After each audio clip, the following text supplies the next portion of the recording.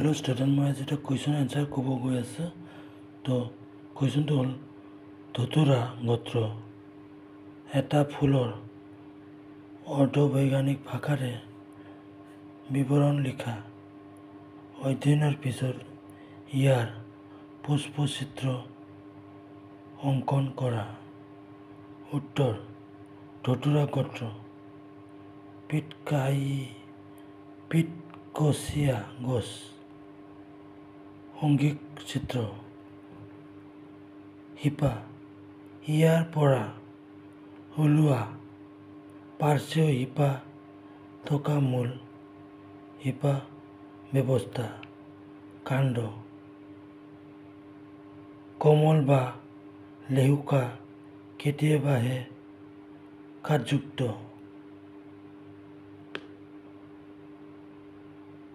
বায়বীয়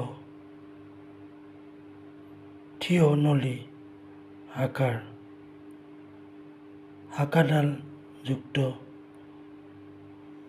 গোটা বা ফোঁপোলা নোম থকা বা সমৃদ্ধ আলুৰ দৰে মৃদুগত কাণ্ডযুক্ত।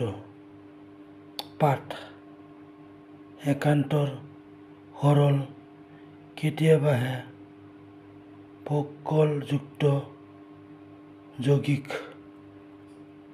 উপপত্ৰহীন, জালহীৰা বিন্যাসযুক্ত।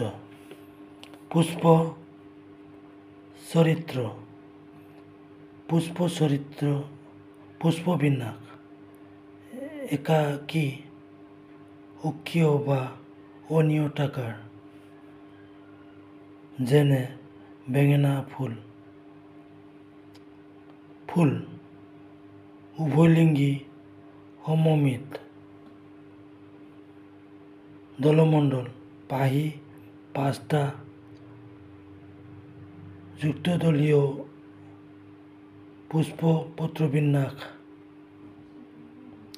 প্ৰান্তস্পৰ্শী।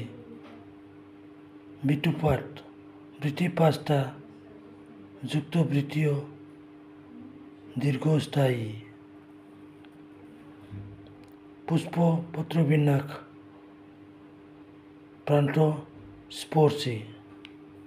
পুংস্তবক পুংকেশৰ পাঁচডাল, দললগ্ন। স্ত্ৰীস্তবক